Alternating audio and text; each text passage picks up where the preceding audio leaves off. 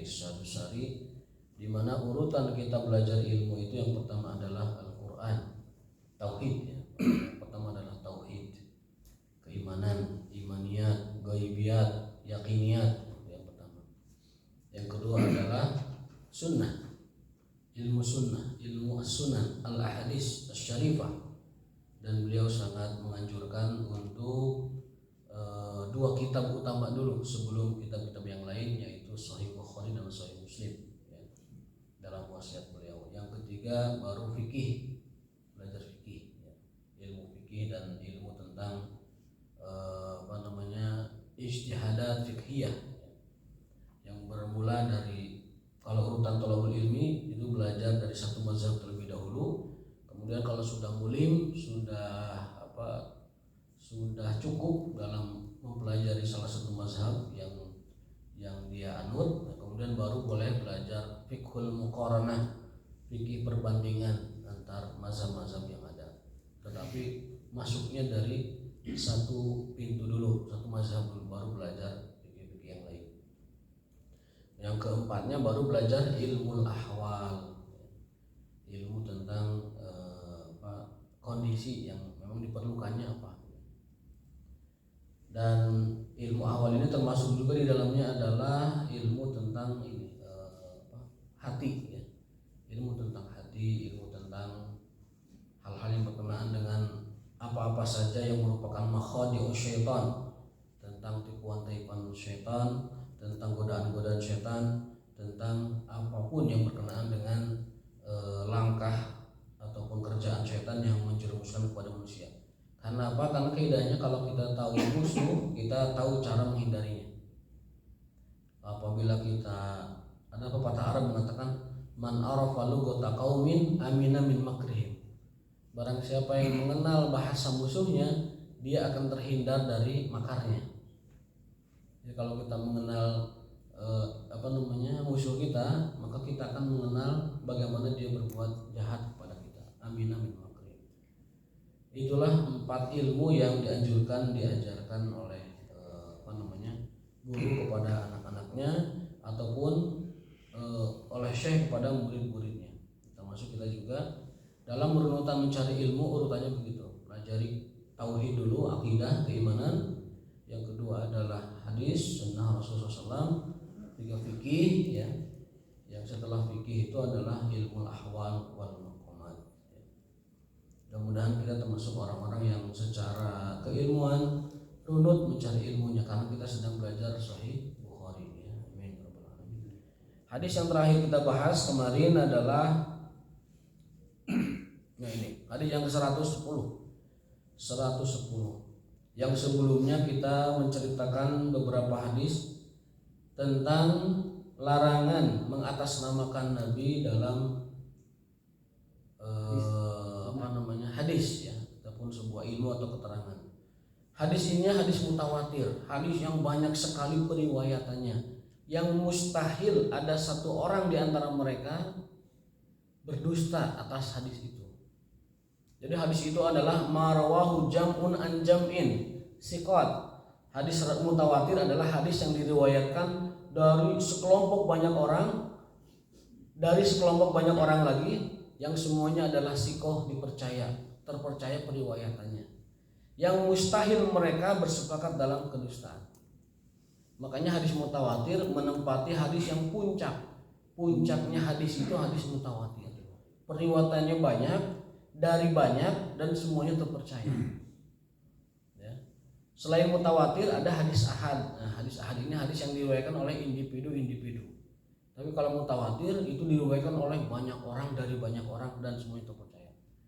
Dalam kitab Fathul Bari, Imam Ibnu Hajar Asqalani yang mensyarah kitab ini, Sahih Bukhari, menjelaskan di antara hadis-hadis yang termasuk mutawatir itu adalah yang pertama hadis ini, hadis yang Rasul bersabda, man kadzaba alayya muta'ammidan falyatabawwa maq'adahu minan nar. Barang siapa yang berdusta atas namaku, artinya menyebutkan hadis padahal bukan hadis ya, secara sengaja, maka dia sedang memesan tempatnya di neraka. Dalam hadis lain, falyalijin nar, maka masuklah dia ke dalam neraka. Jadi ancaman berat dari Rasulullah SAW. Barang siapa yang mengatasnamakan kepada Nabi ataupun mengatasnamakan hadis Nabi SAW padahal bukan hadis, maka ancamannya adalah neraka. Kata sengaja ataupun kata kadziban, karena ada beberapa redaksi, ada yang man kadzaba alayya muta'ammidan, ada yang kadziban. Muta'ammidan yang berarti disengaja, dengan kadziban yang berarti dengan niat mendustakan. Itu kata Imam Ibnu Hajar Asqalani yang menjelaskan hadis ini, itu adalah semacam penegas saja, bukan memberikan korinah baru. Artinya barang siapa yang mendustakan atas nama Nabi, baik sengaja atau tidak sengaja, maka tempatnya adalah di neraka. Begitu maksud kata Imam Ibnu Hajar Asqalani menerangkan hadis itu. Jadi kata sengaja tidak disengaja itu maksudnya adalah menegaskan bahwa berdusta atas Nabi hukumannya adalah neraka. Tidak memberi hukum baru, maksudnya kalau tidak disengaja mah tidak begitu, bukan begitu. Tetapi maksud di sini disengaja demi lebih menegaskan bahwa orang yang berdusta atas Nabi dia hukumannya adalah masuk neraka. Termasuk di kadziban, berdusta. Mau berdusta atau tidak berdusta, kalau dia mengatasnamakan sesuatu kepada Nabi padahal bukan dari Nabi, dia tetap mendapatkan ancaman dengan neraka.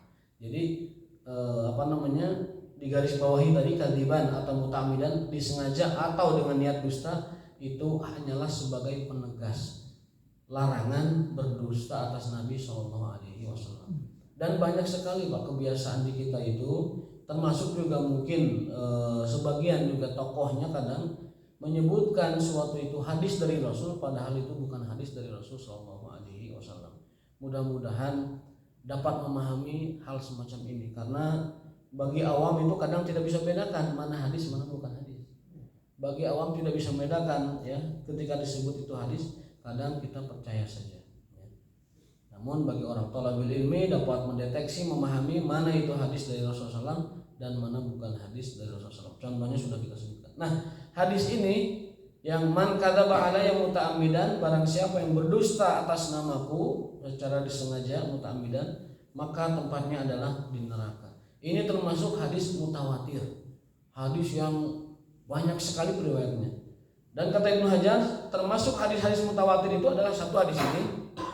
Yang kedua, hadis tentang mengusap khufain, mengusap sepatu atau kaos kaki ketika kita wudu. Jadi kalau misalkan kita merasa dingin atau merasa malas membuka sepatu atau kaos kaki, itu ketika wudu cukup diusapkan saja kaos kakinya, diusap begini, ya, diusap saja, tidak usah dicuci. Itu hadisnya mutawatir hadisnya. Jadi sangat kuat, di atas kuat lah, sangat kuat sekali mutawatir. Yang periwayatannya itu banyak sekali. Kemudian yang ketiga termasuk hadis mutawatir juga adalah mengangkat tangan ketika berdoa. Raf'ul yadaini inda du'a, itu hadisnya mutawatir. Mengangkat tangan ketika berdoa, baik sholat ataupun selain sholat ya. Itu adalah hadisnya mutawatir. Rawahu jam'un an jam'in siqatin yastahilul kadzib ya. Yang sangat kuat sekali. Itu diantara 3 hadis mutawatir yang kita kenal. Satu hadis mengusap khuf, sepatu ataupun kaos kaki dan sebagainya. Yang kedua hadis ini man kadzaba alayya muta'ammidan. Yang ketiga hadis raf'ul yadaini inda du'a, hadis mengangkat tangan ketika berdoa. Itu beberapa hadis mutawatir yang disebutkan oleh Al-Imam Ibnu Hajar Asqalani ketika menjelaskan kitab Sahih Bukhari ini ya, termasuk hadis-hadis yang mutawatir. Rasulullah SAW kemudian meneruskan dalam hadis yang ke-110 ini dari Abu Sholeh, dari Abu Hurairah ya, an Abi Hurairah an Nabi sallallahu alaihi wasallam qala tasammu bismi wala taqtanu bikunyati wa man ra'ani fil manam faqad ra'ani. Beri namalah anak-anak kalian dengan namaku Muhammad. Sunnah hukumnya memberi nama dengan nama Muhammad. Nanti setelah Muhammad kesananya apa terserah. Misalkan Muhammad Rais, Muhammad Indonesia tambahkan misalkan Muhammad Arif ataupun Muhammad Dadang, Muhammad Dudung, Muhammad Ujang. Ada Muhammad yang mengamalkan sunnah Rasulullah Sallallahu Alaihi Wasallam. Gelar Muhammad itu apa? Gelar Muhammad, beberapa gelar Nabi Muhammad itu banyak ya. Dalam sebuah disebutkan Anal Mahi, Anal Aqib, kemudian Anal Muqaffa, ada 5 gelar Nabi SAW, 5 nabel Nabi SAW. Kalau gelarnya banyak, tapi nama beliau, sebutan lain beliau itu banyak. Ya. Abul Qasim, Al Mahi, Al Aqib, kemudian Al Muqaffa dan lain sebagainya. Itu ada banyak. Nah, Rasul memerintahkan kita untuk menamai anak kita dengan nama beliau. Ya. Tetapi wala taqtanu bikunyati, tapi jangan memberi gelar dengan gelar beliau.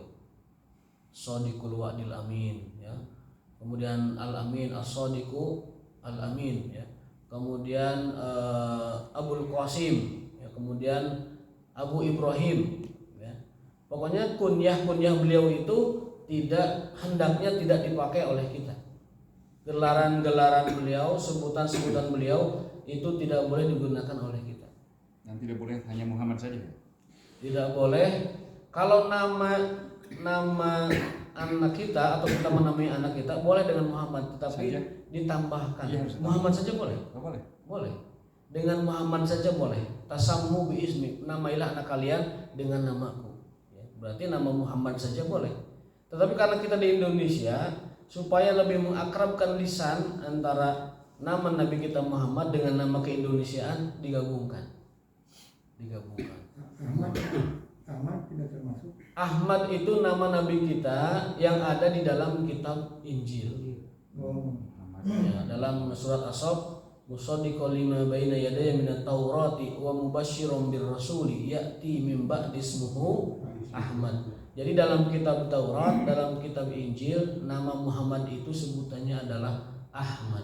Di Quran juga Ahmad ada. Ya baru Tadi surat As-Saff tadi. Artinya Ahmad. Al-Quran tadi menyebutkan nama Ahmad dalam rangka mengkisahkan tentang kitab Taurat dan kitab Injil. Ya. Tetapi nama Nabi kita dalam Al-Quran Muhammad. Apa dalilnya? Tadi yang baru kita baca di sholat subuh.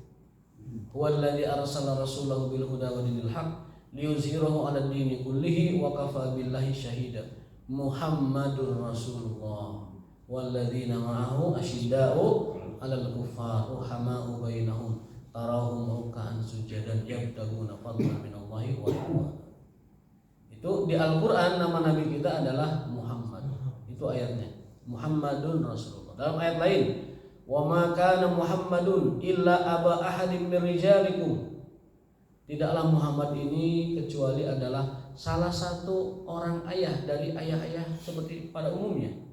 Akan tetapi perbedaannya adalah dia itu Rasulullah wa khatamun nabiyyin dan penutup para nabi. Jadi Al-Quran ini menjelaskan bahwa Nabi Muhammad itu memang benar-benar manusia dan benar-benar seperti pada umumnya, ayah dari anak-anaknya, suami dari para istrinya, manusia bersama seperti kita manusia biasa. Bedanya adalah beliau itu Rasulullah wa khatamun nabiyyin dan juga pamungkas para nabi. Ahmadiyah mengartikan khatamun nabi itu cincinnya para nabi. Karena khatam itu dalam bahasa Arab artinya 2. Khatam segel penutup dengan khatam cincin. Ya, Ahmadiyah mengartikannya cincin. Jadi kalau cincin berarti ya bukan penutup, artinya masih ada satu lagi nabi yang lain. Itulah Mirza Ghulam Ahmad. Yang diartikan oleh Ahmadiyah sebagai nabi setelah Muhammad. Waliyahzubillah. Padahal beliau sudah menyatakan di keyakinan akidah Ahlussunnah wal Jamaah sepakat la nabiyya ba'd. Bahkan kalau ada orang yang mengklaim ada nabi setelah beliau, itu kafir hukumnya. Kafir hukumnya orang yang meyakini ada nabi setelah beliau. Karena wa khatamun nabiyyin, Allah sudah jelaskan secara lugas, secara jelas Muhammad adalah Rasulullah dan dia adalah penutup para nabi. Khatamun nabiyyin. Itu tidak bisa ditawar-tawar lagi. Tidak ada nabi setelah Andaikan ada nabi, kata beliau, laukana nabiyyun ba'di lakana Umar. Kalau ada seandainya ada nabi setelahku, Umar bin Khattab lah orangnya. Tetapi tidak ada wala nabi ya ba'di kata beliau. Tetapi tidak ada nabi setelahku. Itu sudah jadi penegas. Kalaupun ada ya Umar orangnya, bukan Mirza Ghulam Ahmad, ya kan? Jauh sekali. Umar saja tidak jadi, bukan tidak jadi, tidak tidak dikukuhkan ya, karena tidak ada nabi setelah beliau, apalagi orang-orang. Dan beliau bersabda, akan muncul setelahku salasun kadzabun. Akan muncul setelahku 30 pendusta yang ngaku nabi. Penyebutan 30 kata para ulama bukan untuk pembatasan, tetapi menunjukkan banyak. Karena jumlahnya faktanya dari zaman Nabi sampai sekarang lebih dari 30. Lebih dari 30. Bahkan di setiap daerah ada. Ada. Dulu di sekolah saya guru matematika ngaku nabi dulu. Guru matematika mungkin saking merasa sudah pintar sudah apa, dia ngaku nabi gitu. Allah. Akhirnya dipanggil oleh MUI. Ya guru matematika aja bisa ngaku nabi, apalagi guru fisika ya. Bagi guru agama. Bagi parah deh. Ya. Tasammu bismi, namailah anak kalian dengan namaku.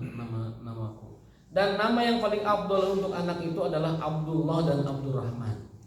Itu yang paling afdal. Abdullah, Abdurrahman, kemudian Muhammad. Itu 3 nama yang dianjurkan oleh Rasulullah. Dan makruh hukumnya menamai anak dengan nama malaikat. Jibril, Mikail, ya, apalagi Israel. Setiap datang ditakutin. Oh, ada Israel. Kabur nih, mencabut nyawa kan. Kalau kita mau menamai anak kita dengan Asmaul Husna, pastikan dengan Abdulnya. Abdul Rahman, Abdul Rahim, Abdul Wahab, Abdul Syakur, Abdul Mukmin, Abdul Muhaimin, Abdul Jabbar. Tidak boleh langsung menamai dengan nama Allah Subhanahu wa taala. Misalkan Mang Jabar, enggak boleh Mang Jabar karena itu Asmaul Husna. Masukkan Abdul Jabbar. Muhaimin, nggak boleh nama itu langsung Muhaimin, karena nama Muhaimin juga aslinya Abdul Muhaimin itu. Pak Muhaimin yang sekarang lagi belusukan kemana-mana itu nama lengkapnya ada Abdul Muhaimin. Cuman karena karena populernya hanya nama pendeknya, jadi Muhaimin Iskandar saja. Ya, padahal lengkapnya itu ada Abdul Muhaimin, ada Abdulnya. Ya. Karena itu Asmaul Husna Al-Muhaimin. Jadi tidak boleh memberi gelar dengan gelar Nabi, tapi disunahkan memberi nama dengan Nabi SAW. Wa man ra'ani fil manam faqad ra'ani. Dan barang siapa yang melihatku dalam mimpinya, dalam tidurnya, maka dia benar-benar melihatku. Ya, setiap muslim berdoa agar dalam mimpinya ketemu dengan Rasulullah SAW.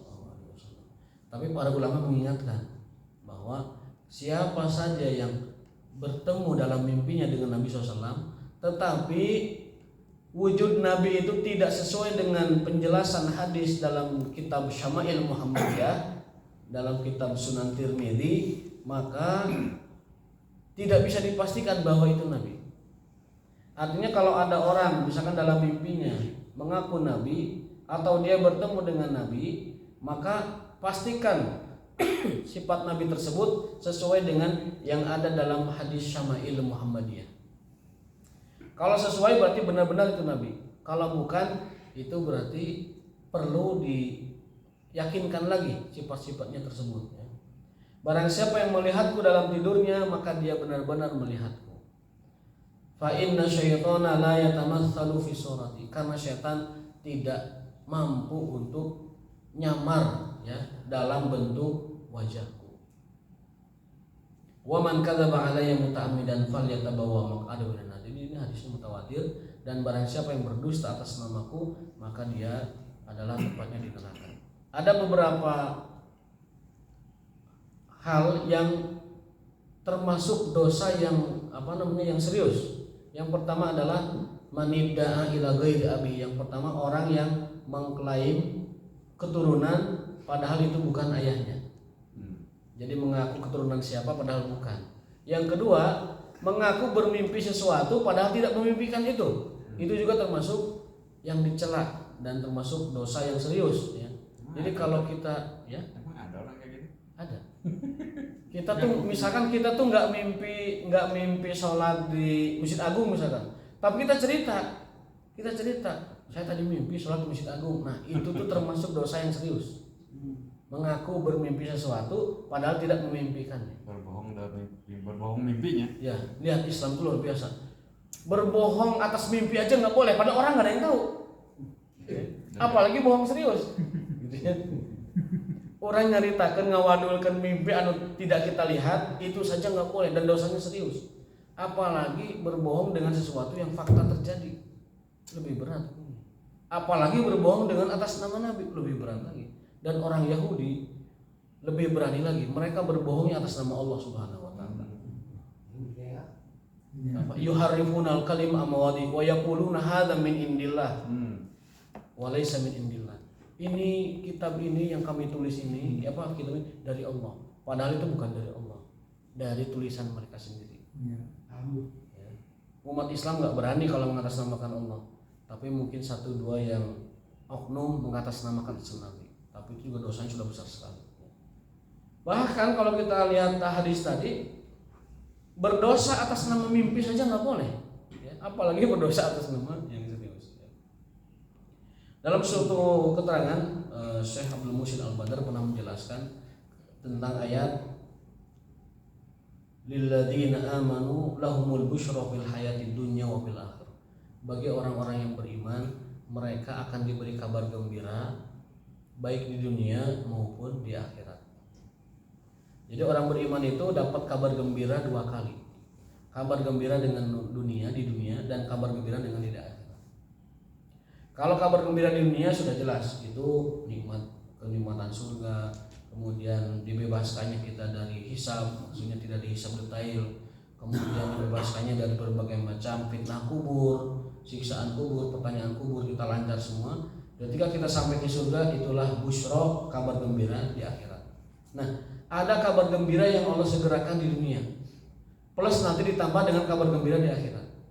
Di antara kabar baik di dunia adalah satu, dilampahkan rezekinya, dimudahkan urusannya, kemudian diberikan keberkahan hidupnya. Itu termasuk kabar gembira yang Allah segerakan di dunia, yang nanti balasan tambahannya lipat gandakannya nanti di akhirat. Dan termasuk kabar gembira orang beriman di dunia adalah dia dipertontonkan akan berita baik keluarganya yang sudah wafat di antaranya. Jadi kata beliau, kalau kita misalkan melihat orang tua kita di dalam mimpi kita dalam kondisi bagus, misalkan kita melihat ayah kita atau ibu kita yang sudah wafat dalam kondisi bagus, memakai baju putih, memakai pakaian bersih, atau sholat di masjid, atau ketika itu berada di tanah suci, maka kata beliau itu adalah kabar gembira yang Allah beritakan kepada keluarganya. Berarti almarhum dalam keadaan baik. Jadi kalau kita memimpikan, misalkan kita melihat orang tua kita yang sudah meninggal dalam mimpi kita, dan kondisi mereka itu kondisi baik, berpakaian bersih, kemudian ketika sholat atau ada di masjid atau ada di tempat-tempat mulia, maka kata Syekh itu adalah pertanda bahwa orang tua kita ada dalam keadaan yang baik di akhirat sana. Termasuk ayat yang tadi, lilladzina amanu lahumul busyra fil hayatid dunya wa fil akhirah. Termasuk kabar gembira yang Allah beritakan kepada orang beriman bahkan sebelum mereka memasuki alam akhirat. Sudah Allah kasih tanda, sudah Allah kasih kabar gembira dulu kepada keluarga yang ada di dunia sebelum mereka menyusul ke akhiratnya. Fa inna syaitana la yatamassalu bi surati, karena syaitan tidak bisa menyerupai dengan wajahku. Itulah kehebatan ataupun mungkin mukjizat Nabi SAW, bahwa beliau tidak bisa diserupakan oleh siapapun termasuk syaitan. Kalau kita, syaitan dapat menyerupai wajah kita. Dan ini hadis juga memberi faidah hukum bahwa yang namanya syaitan itu dapat berjisim, dapat menyerupai dengan makhluk-makhluk lain. Ada kisahnya. Suatu hari Rasulullah SAW dengan para sahabat sedang menggali parit, menggali kondak. Tiba-tiba ada sahabat pamit, ya Rasulullah, saya baru nikah, pengantin baru, masih pengen kangen-kangenan sama istri. Minta izin ya Rasul untuk pulang dulu ke rumah. Pulang lagi. Ketika pulang ke rumah, dia mendapati ada istrinya di depan rumah, hampir ditamparnya. Kenapa? Karena satu pengantin baru, yang kedua tidak ada suaminya kok nongkrong di luar di depan rumah. Mau ditampar, kemudian istrinya itu memberitahu, tenanglah wahai suamiku, lihat dulu ke dalam. Pas masuk ke dalam, ternyata di atas kasurnya itu ada ular, ada ular besar, ada suban itu ular besar. Sampai sahabat itu berkelahi dengan ular itu. Walhasil diceritakan kepada Rasulullah SAW, ternyata itu ular adalah jin. Ular itu jin menyerupai ular dan dia lagi gogoleran di kasur. Jadi jin itu dapat menyerupai manusia. Ya. Dalam hadis lain Aisyah misalkan, al-kalbul aswad syaitan. Anjing hitam itu adalah setan. Anjing hitam adalah setan. Ya, tetapi tidak semua anjing hitam setan. Tetapi setan itu kalau mau merubah jisimnya, dia memilihnya anjing hitam. Ya. Dan masih banyak lagi ya keterangan-keterangan yang dapat kita cari, beberapa keterangan tentang bagaimana jin setan itu menyerupai manusia. Ketika Rasul SAW sebelum hijrah, itu kan orang Quraisy rapat, musyawarah besar, rapat. Apa yang hendak kita lakukan kepada Muhammad? Sudah kita tahan nggak bisa, sudah kita halus-halus nggak bisa, dikasih pangkat kedudukan wanita nggak bisa, dibujuk pamannya nggak bisa, semua cara, semua langkah udah mentok nggak bisa. Gimana ini? Akhirnya mereka bersepakat di sidang Quraisy, Majelis Permusyawaratan Quraisy (MPQ) ya, MPQ, Majelis Permusyawaratan Quraisy. Ketika rapat itu ada kakek-kakek usul. Saya usul, gimana kalau kita bunuh saja Muhammad? Bunuh saja Muhammad. Jibril alaihissalam memberitahu Nabi Muhammad, wahai Muhammad, segera engkau pergi karena orang Quraisy sedang bermusyawarah, bermufakat untuk membunuh Anda. Dan orang yang mengusulkannya itu adalah iblis, syaitan. Jadi kakek-kakek yang mengusulkan di rapat bunuh saja Muhammad itu iblis, yang merupakan jegernya jin, iblis itu. Nabi Muhammad dikasih tahu, Muhammad, kamu sudah diputuskan untuk dibunuh oleh orang Quraisy, segera pergi. Pergilah beliau dengan Abu Bakar Siddiq ke Madinah. Yang terjadilah kisah itu yang ketika hijrah ya. Nabi Muhammad rumahnya dikepung, dipimpin oleh Abu Jahal dengan para pemuda Quraisy, dan Rasul SAW mengambil semacam itu syahatil wujuh. Semoga Allah butakan mata-mata kalian. Artinya tidak melihat. Rasul berjalan keluar rumahnya dan tidak ada satu orang pun pemuda Quraisy serta Abu Jahal melihat kepergian Nabi SAW. Ketika tertidur, ketika mereka bangun, ternyata didapati di dalam rumah itu Ali bin Abi Thalib, dan itu bukan target mereka sehingga dilepaskan. Itu peristiwa lain dari bagaimana syaitan itu dapat merubah dirinya menjadi makhluk seperti manusia. Kadang menjadi hewan, kadang menjadi manusia. Suatu hari juga ada kisah Umar bin Khattab itu pergi ke masjid subuh hari, subuh. Di tengah jalan itu ada yang ngasih tahu, mun bahasa orang Melayu, "Mar, geus balik deui, salat salat lagi, balik deui." Sampai 3 kali gitu. Tapi Umar dengan firasat tahu bahwa ini sepertinya ada sesuatu. Akhirnya diketahui setelah itu bahwa yang nyuruh pulangnya itu adalah jin. Jin nyuruh pulang supaya tidak ke masjid. Jadi kalau di tengah jalan mau ke masjid ada yang ngasih tahu, "Us balik gue habis sholat lagi." Bahwa ini memang jin menuju ngajirim jadi manusia. Di tengah itu kisah yang ada riwayatnya dari Rasulullah SAW dan dari para sahabat. Kalau di kisah sehari-hari kita juga ada sebenarnya kisah guru saya. Beliau ini berangkat jam 8 mau taklim, ya, berangkat mau taklim. Tiba-tiba 8 lebih seperempat atau 8 lebih 10-an itu pulang lagi. Makan, ngopi sebelumnya. Jam 10 pulang beneran nih, pulang taklim, ya. Pulang ke rumah. Istrinya bertanya, tadi uih deui teu gitu ya, ngopi segala macam itu makan. Enggak, saya berangkat jam 8, enggak pulang lagi. Pulang jam 10. Nah, maka mulai bertanya, itu tadi sah ya. Siapa yang datang dari jam 8 seperempat itu siapa? Siang. Jam 8 malam. Oh malam. Taklim malam, Taklim. kajian malam. Itu datang orang dengan wujud suaminya, Allah. utuh suaminya 100%. Datang, untung saja cuma ngopi, numpang ngopi saja untungnya. Yang lain-lain. Makan gitu ya. Kemudian pergi setelah itu. Nah suaminya kaget, berarti memang jin itu menjirim dirinya. Kita meyakini bahwa jin dan malaikat punya kemampuan yang sama untuk tajasum, untuk merubah diri menjadi makhluk kasar. Malaikat sudah banyak contohnya, hadis iman, Islam, ihsan kan Jibril itu berupa laki-laki tampan ya. Kemudian Jibril juga disebutkan kalau ingin menyamar menjadi manusia biasa, Jibril itu sering memilih wajahnya sahabat Nabi Dihyah Khalifah Al-Kalbi, karena sahabat itu paling tampan. Beliau memilih wajah itu karena paling sempurna dari antara para sahabat yang lain. Dan masih banyak kisah lagi, malaikat itu menjisim dirinya menjadi makhluk biasa. Yang kita khawatirkan mah jin justru. Dia merubah menjadi seperti teman kita, bahkan mungkin seperti pasangan kita. Untuk itu doa itu diajarkan di setiap waktu, di setiap tempat. Karena apa? Karena khawatir tadi. Khawatir tadi, gangguan jin itu tidak hanya berupa gangguan bisikan ke jiwa, tetapi kadang dia juga berulah mengganggunya secara fisik dan nyata gitu.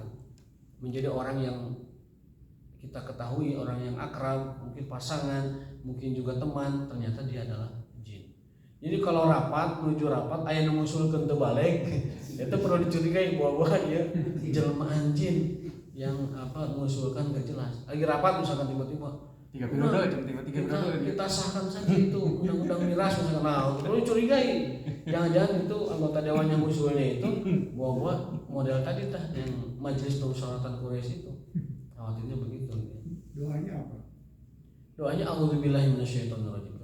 A'udzubillahi minasyaitonirrajim. Ataupun a'udzubikalimatillahit tammati min syarri ma khalaq, atau bismillahirrahmanirrahim la yadurru ma ismihi syai'un fil ardi wa la fis samaa'i wa huwa as-sami'ul 'alim. Nah itu penjelasan hadis fa inna syaitana la yatanassalu fi surati, bahwasanya syaitan itu tidak dapat menyerupai wajahku atau rupaku. Setan tidak sanggup, tidak bisa, dan tidak akan pernah bisa menyerupakan dengan penampilanku. Wa man kadzaba 'alayya muta'ammidan falyatabawwa'u maq'adahu minan nar.